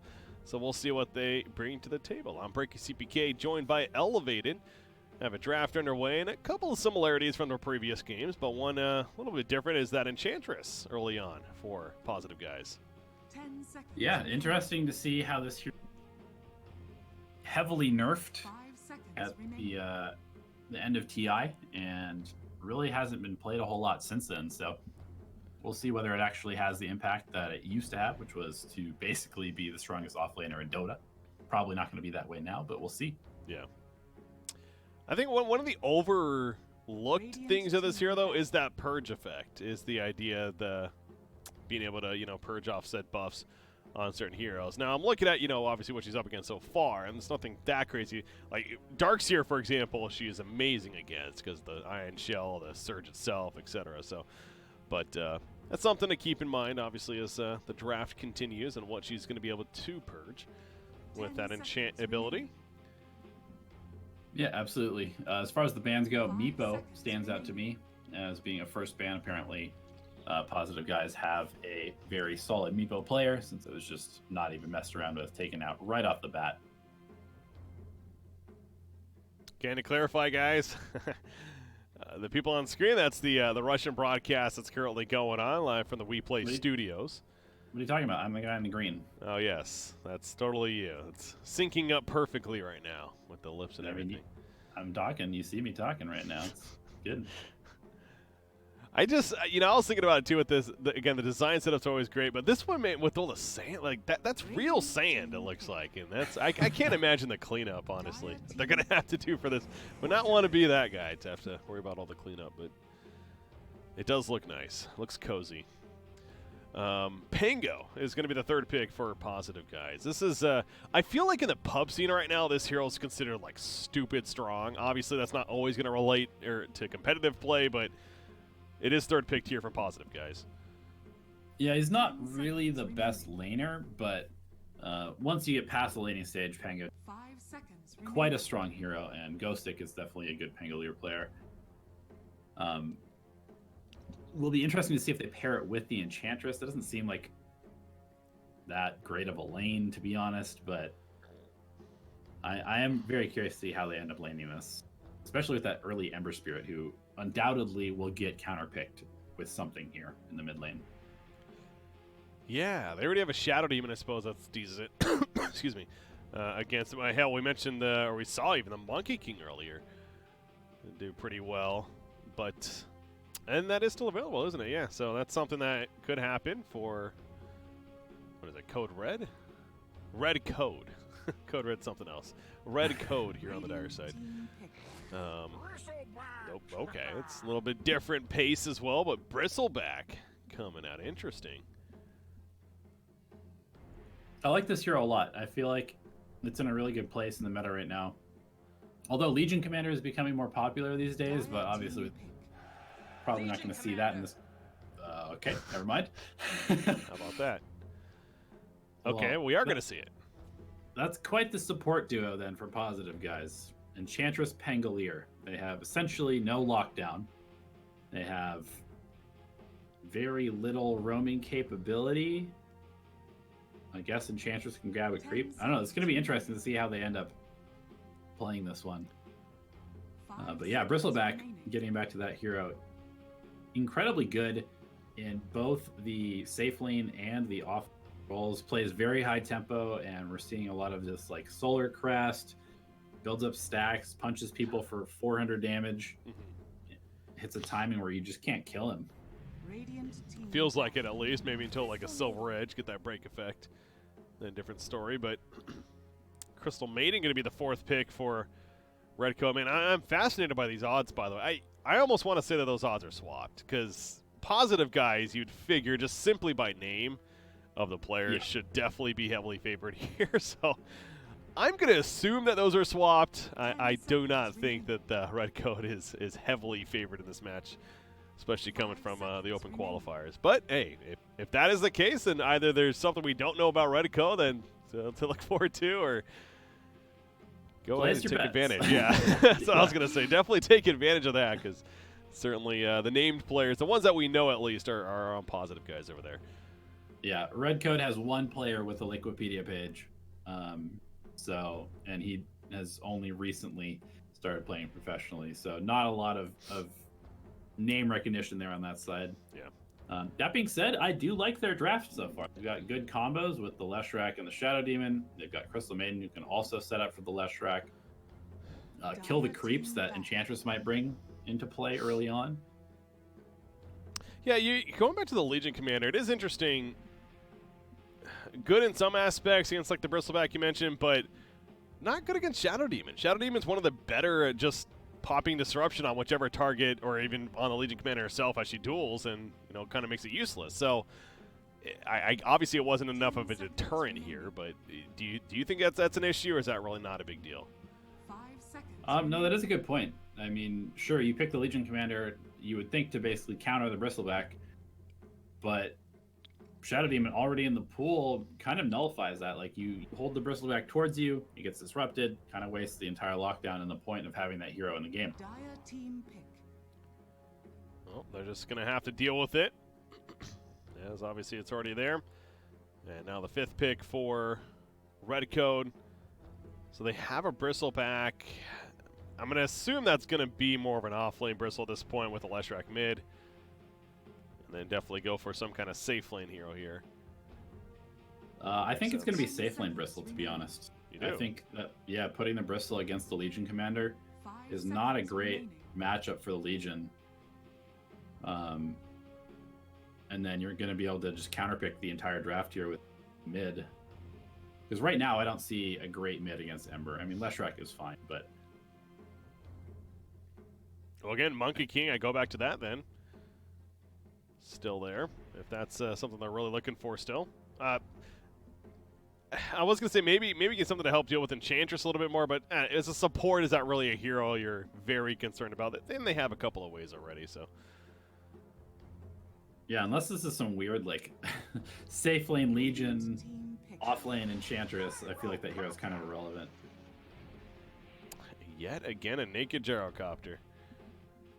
Might as well stop Okay. saying naked Gyrocopter. It's obviously just a pretty... It's a hero that is certainly I with see up his the eye now. scarf and his clothes breaky. I don't Yeah. know what you're talking about. He ain't so naked. He's perhaps one of the more clothed heroes in the game, actually. Yeah, so that's going to be the final pick for Red Coat, and yeah, so it looks like, I mean, I guess it still could swap up a bit, huh? Because Jarl could certainly end up mid against Ember. Is that really the best matchup, though? Yeah, it doesn't feel like a matchup that Jarl would necessarily do very well in. Yeah, so maybe it looks like it probably will be just the off lane Bristle with the mid Lesh and safe lane Gyro. But I don't know. Maybe they go aggressive and put the Bristle in the safe lane, because I don't really feel like Gyro versus Legion is that good. Well, they're going to have to decide eventually once that 5th pick comes out for positive guys. And speaking of that, been so caught up on what Red Coat's doing that, yeah, what are they going to finish with here? And it goes back to, is this going to be more of a supporting LC? Is this maybe going to be a core LC instead? It really is a funky supporting cast right now, no matter what, for positive guys. Choose your hero. Oh, okay, that's a Viper. Now, the only reason you'd think Viper's picked here is because of the break, the Nether Toxin. But that is not a hero we see right now. Yeah, I mean, also it's just very tanky, good against all the magic damage.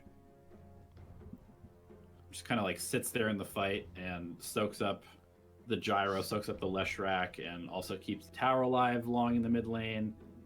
But most importantly, like you said, the break, very good against the Bristleback early on. Well, there we go. The lineups are finished, and into this best set of one, we're going to be going here. Red Code versus Positive Guys. Certainly, this is we've had a couple of matchups where we have named players on either side. Now, this is one of those where we have named players on Positive Guys. We're not really too sure what to expect out of Red Code. That doesn't mean that we've certainly seen it before, where these teams kind of come out of nowhere. And, a team in this tournament that actually reminds me of that is Hippomaniacs. This is a team that last season, early on, didn't really know anything about these guys, came out of nowhere, and I'm not saying they had like the greatest success ever throughout the season, but they certainly rose the ranks throughout the season, representing themselves well, and were fun to watch at times. So, I'm excited to not only see them more later on in this tournament, but who knows who's going to be the Hippomaniacs of this time around. We'll see, I suppose.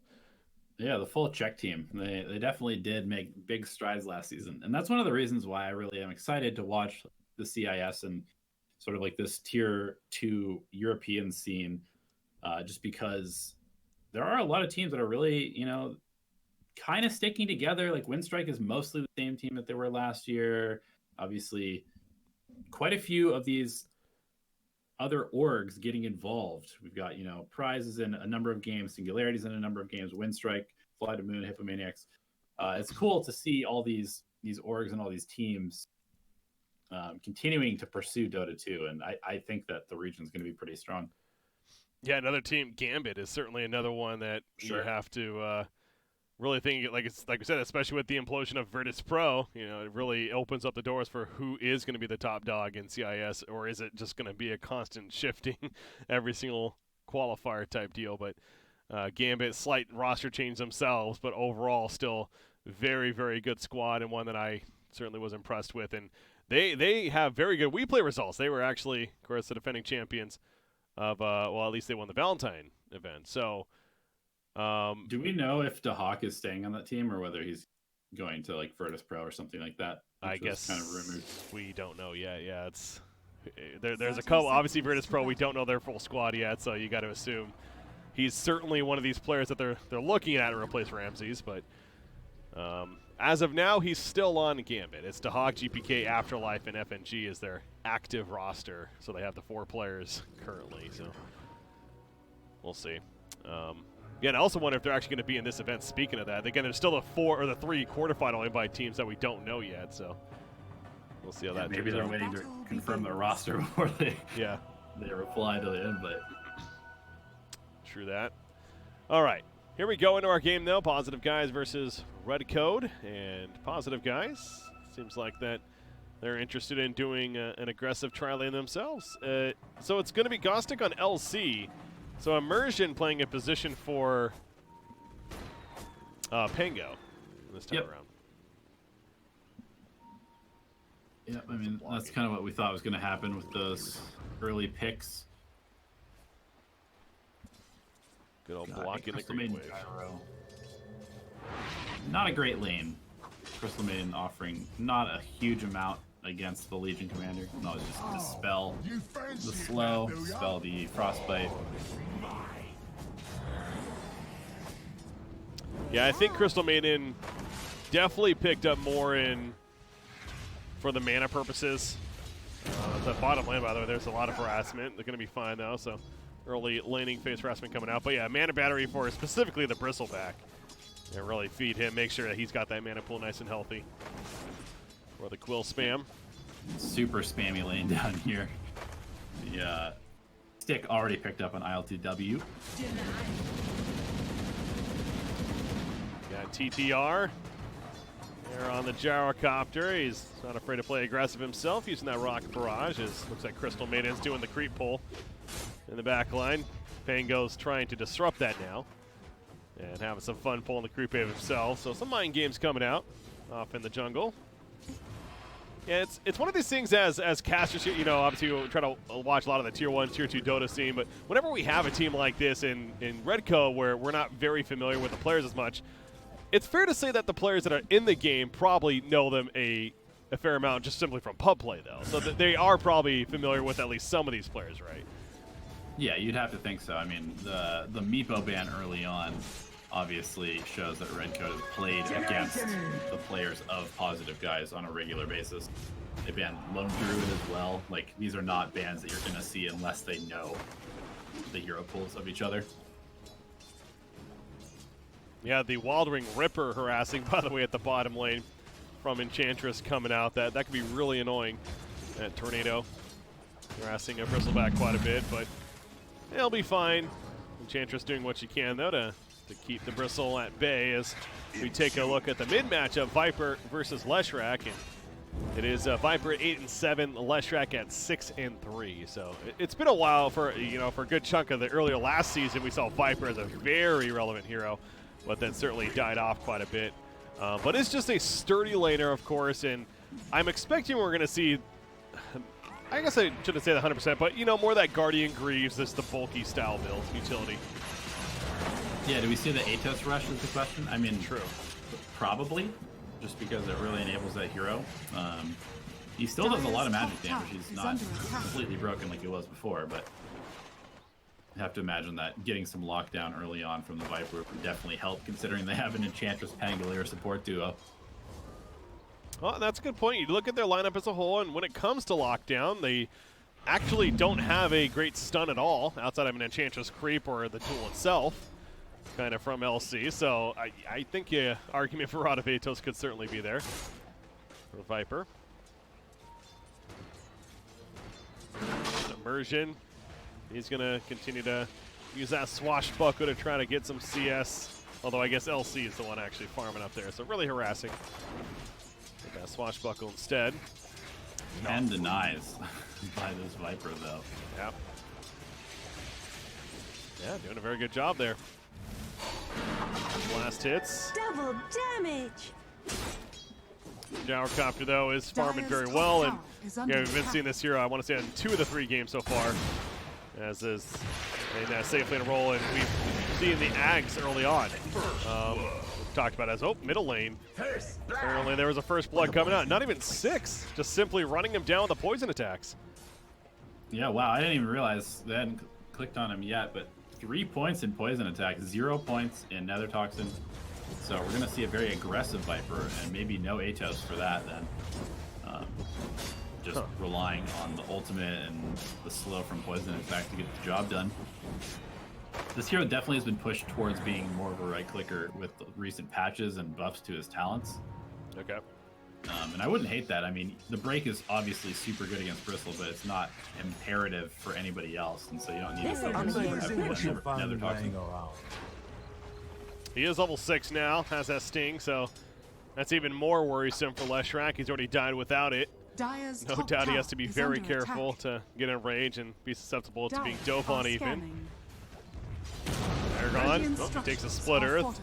As he was at least going to apply some auto attack. But yeah, interesting point with the Nether Toxin, the no points in it. But I suppose it's one of those, by the time it's really going to matter, you'll have it anyways against the Bristleback, and you'll have that break effect, and it'll still be very good, of course. But for the laning phase, he wants more of that poison for the right-click benefit as you're talking about. Yeah, we used to see Viper just really abuse this camp near the lane. True. Now it looks like he's going to be focused more on... Well, I guess they're tired of this Viper because they just rotate 2 heroes to set up the easy kill onto him. So well played right there. Yes, I apologize. It is a little loud for me. They turned up the sound quite a bit, it sounds like, so. Okay. ILTW, they're going to run down Bristleback. By they, I mean him and Enchantress, but of course Bristleback with back turns. And he's got 17 stacks on that wand, so not going to commit further. Yep. And let's see, Gyrocopter still at the top of the net worth. That death on Viper is kind of a big deal. It was a good rotation. No real way to help him. What are you gonna do? You're gonna rotate in an Enchantress? Enchantress pops heal and like walks next to you. It doesn't really work that way. So they do need to be careful about this Viper because he's very immobile and very susceptible to being ganked without any saves available. LC's busy cutting the creep wave at the top lane. Is under attack. How is Legion Commander looking? 28-1. Not too bad, actually. I mean, Gyrocopter certainly winning that lane quite a bit, but LC manages what he can. Speaking of that Enchantress rotation, Misha coming in, pops the heal, but it is not going to save herself. However, Leshrac likely to die to the poison. In fact, well, the Centaur helps a little bit, but Aragon does get credit for the kill on Viper. DSR, TP's in, trying to slow, but now he's in trouble himself. They get the kill onto Shadow Demon. Not going to chase after Crystal Maiden, though, or are they? Another port coming in for Gyrocopter. Aragon still holding his ground, puts the Sting out.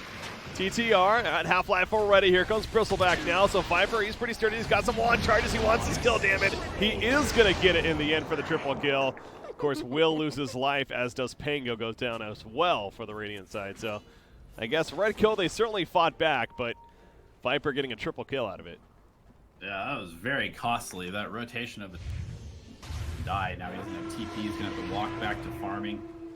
And he is the most farmed hero in the game, so maybe showing a little bit of inexperience there, just kind of chain feeding to the Viper, who really doesn't care if he dies. He's making space for his other cores that are more important.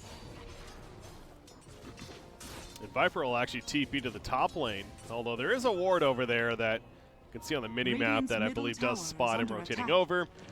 So this is not going to come as a surprise to Red Kill by any means, but you take a look at Bristleback and talk about a hero that loves to just work in this triangle over here. Gonna stack them by himself, spam those quills, and get plenty of farm out of it. I'm sure that ancient camp is also being stacked in the meantime. Over to the left, Immersion is gonna swashbuckle over the ledge, and he'll survive. We see a lot of wands this game for good reason, of course. Top tower is under Even attack. if they chase him, he still would have had plenty of regen to work with. Lots of spam coming out. And lots of action in this mid lane as Earth continues to play very aggressively, and Ports trying to find their place in the world, to be honest. It's like positive guys just want to keep some pressure up in that mid lane. Meanwhile, Skostic, he's going to walk away, trying to build drums as his go-to item initially in the Legion Commander. Working in the jungle early on, but certainly an item that'll help promote that aggressive playstyle. No doubt going to be looking for. ESR, I'm not sure what the plan is here. Okay, he's going to place a ward to block the spawn and also get some vision on the uphill. Radiant's top tower is under Preemptively attack. setting up for the bounty rooms, which are coming up in about 25 seconds. Viper does queue up the Rod of Atos, by the way. Okay. More tankiness. Again, just lockdown in general, maybe not the strongest here on the Radiant side, so Radiant are scanning. certainly will help. Immersion, he wants this rune, but it's going to be risky. However, Viper shows up, as does Ember Spirit, so they do not get the rune, but they're going to get at least one hero kill likely. Bristleback, he comes out, maybe not. He has his back turn. He's not in the Nether Toxin. He's running away just barely, and down goes Viper. They do lose the Bristleback with the poison damage.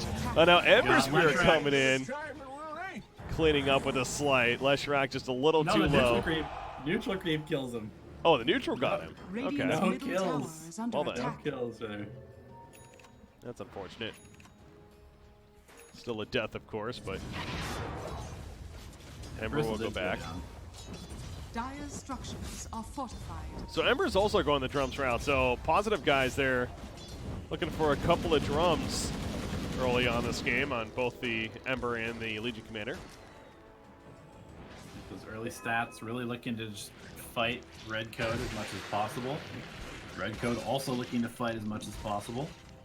I'm a little curious to see who ends up building sort of like the team items on positive guys. Oh, Aragon. Wondering where more of his team was at right there. Gets taken out. Of course, didn't get the kill on a Leshrac, but making a 1-for-1 Ember Spirit. He gets out before he goes down to that freezing field coming out from Crystal Maiden. So apparently a team speak issue as we're in the pause. But both mid heroes trading their lives for one another. Yeah, have yet to see a duel coming out from Legion Commander, but we talked about, I believe he was working towards his drums. Certainly after the drums, maybe we could start seeing some more aggressive play from the Radiant's LC. top tower is under attack. Mid lane. Yeah, Viper dying again. Dire's Okay, well, bottom at least they tower get the is Crystal under Maiden. attack. But yeah, Viper, another death as you Radiant's top mentioned. tower is But you know under what? He's still attack. third in net worth. Radiant structures are fortified. Yes, but it is a hero that falls off pretty heavily, especially since he didn't go to Nether Toxic, so you will need to be wary of Radiant's top tower feeding his is life under away too much attack. more. And like I was saying, I mean, who buys the pipe? Who buys the Vlads on this team? Those items are incredibly important, especially if you're playing up-tempo. And if the Viper's going Atos, nobody's going Mech, nobody's going Arcane Boost from what I can tell. Oh, the They're gonna have- Pango. I wonder what the Pango is. Yeah, we haven't seen him in a while, so. But it seems like he would be the candidate, right? If anything. Yeah, I guess. I don't know. I'm used to seeing Crit play Pango, and he often goes for, you know, like a Javelin into a couple. Dire's top tower is under attack. Yeah, that's fair. I mean, that certainly is a direction he could go, but this game, I think that utility route you're talking about would make a lot of sense. It's Gostic. He's trying to survive. Dire's middle tower is Poison's under coming up, though. There's a disruption as well. This Gyrocopter runs in, and Bristleback will even be here to finish the job. So, Legion Commander, not with his hand in the cookie jar, a little too far up there at the top lane. Ends up going down. Hooded Defiance purchased by Bristleback after the fact. Dire's bottom tower There's is the under drums, attack. though, finished by LC. So he and Ember Spirit both having drums now. Radiant's top tower is under attack. What does that mean, though? Bristleback's really strong, though. Exactly. I mean, Bristle's just going to plant himself in front of whatever tower they try to Effective down with rune double of drum. invisibility. And Radiant's top tower is under attack. gotta go back, like, what is this Enchantress offering to the team? I don't see it right I was now. going to say, are you actually asking me? Is that just a Yeah. rhetorical question? Because, Kind of. yeah, it doesn't, I mean, in the laning Dire's phase it was bottom okay, tower I is suppose, under but attack. yeah, it doesn't really feel like it's doing a whole lot right now for the sake of the team. And especially in that position 5 role, you know, she's not really a threat as far as her passive goes, and, you know, she's not going to maybe transition a little bit into that right click. She's playing true position 5, so she is underfarmed and isn't necessarily bringing a lot to the table there. LTW. He got too far. He got caught out initially by Lashrak. Pango's there to save somewhat, though. Just rolling around like crazy. Will eventually roll back to safety as there's a double damage rune spawn. You see them be pinging it out and trying to get it to Ember Spirit. So it's a lot of heroes there, though, and not really getting anything out of it for positive guys. I mean, they didn't die, but still, time wasted. Yeah, 5 heroes also there for Red Code, though, so they're moving really as a pack, and they haven't been able to take any tier 1 towers yet. They will smoke around in the mid lane. They want this one, and they're probably going to kill Viper here. Yeah, now comes the Purge. There's no chance to get away, and you just see the follow-up. He melts in that mid lane. I don't know if the freezing fill was necessary, but I suppose it also deterred the rest of the team from Radiant's coming in. middle tower is under attack. On the Radiant side, they'll take it, and they're going to take a tower kill. So, right kill. It seems like they found a little bit of a groove now. They are moving together as a team very, very smoothly. Gostic pushing the tier 1 top meanwhile, but when it comes to team fighting right now, Red Code feeling pretty strong. Yep, and they're going to make their way to the bottom lane, secure 2 bounty runes, also take probably another tower. I don't expect positive guys to try and fight into this Gyro Bristleback at the moment. And And, just something extra. yeah, I mean, to your point about Enchantress, she doesn't even have. She's just fully committed to enchanting creeps and healing herself and teammates potentially. Not necessarily a bad idea, but again, it certainly makes her a bit less of a threat if you're Red Code here. Dire are I believe we saw Rod of Atos, that is, picked up by Viper. James. This is the bottom lane. It's like Red Code did kind of split up. They decided not to commit to the bottom tier 2 or tier 1. Version sitting mid lane. He's got an urn picked up. So kind of answers our question right there. I mean, if you wanted to see utility out of him, maybe a candidate. You know, urn's not a horrible item, but Dire's middle tower certainly is not under going to have attack. anything else Dire too soon. DSR will be picked off by a dual victory. There is support here to respond, though. Call down already used as Leshrak is going to end up melting, though, with Ember Spirit showing up, and they're also going to lose the Gyrocopter. it seems, as well. So yeah, I mean, Bristleback was busy taking damage to the left, but his teammates just dying in the meantime, so couldn't do much to save. They lose 3, and they might lose a 4th. Shadow Demon's caught. Double kill for ILTW. Let's transition perfectly into the tower kill. And just like that, Positive guys, all of a sudden feels like they've come online. Yeah, just kind of an awkward place to take that fight. Pangolier completely destroyed the Leshrac and the Shadow Demon. And without any save, without the ability to keep the Bristleback in front, tanking the damage, the rest of Redcoat's pretty darn squishy.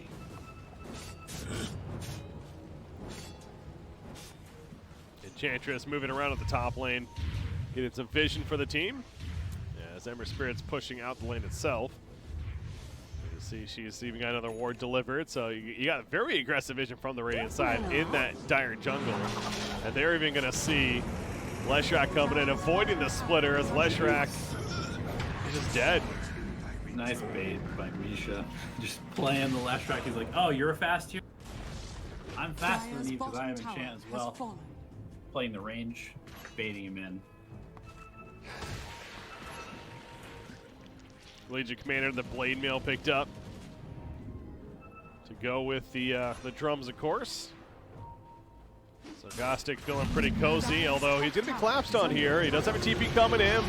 Bob suppress the attack, going for the turn kill the TSR, and he'll get it, damn it. He gets the winner, and now just going to keep on running away as Bristleback, realizing he could not do enough damage. As you mentioned, the Nether Toxin break, exactly why they picked up Viper against the Bristleback. Makes it an easy kill. TTR, can they also chase him down? Any kind of a stun, maybe a shackle soon. There we go, shackles come out, Immersion jumps in as well. Disruption safe for now. They put the Purge on Ember Spirit, and so it is going to save Gyrocopter.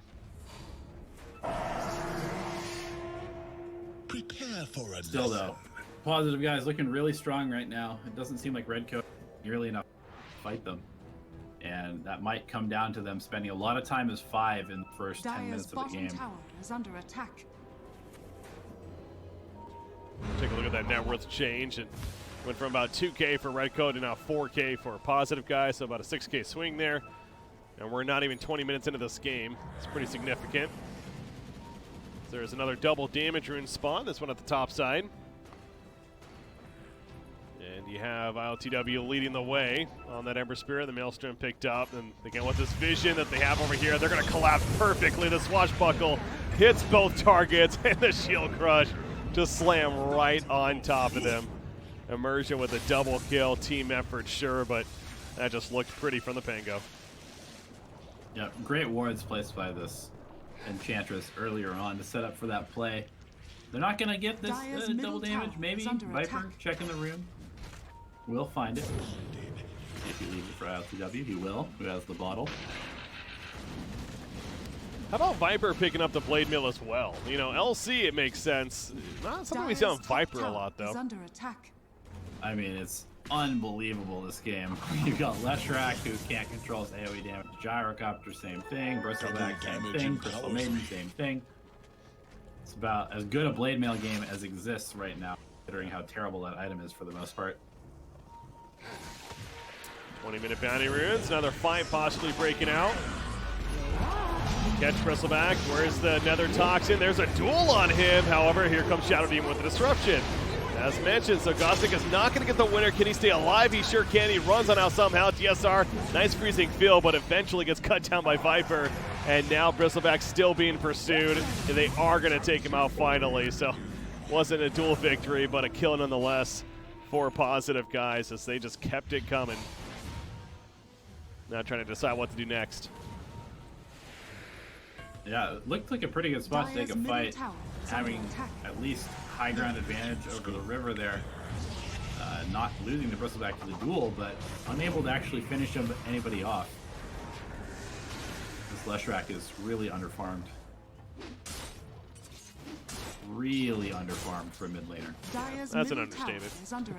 He is he's not doing too good. 21 minutes in, he doesn't even have his first item yet, and he's sitting on brown boots as well. So it has just been a horrendous game, frankly, for Leshrac, and something that if Redco wanted a good chance in this game, they couldn't have had.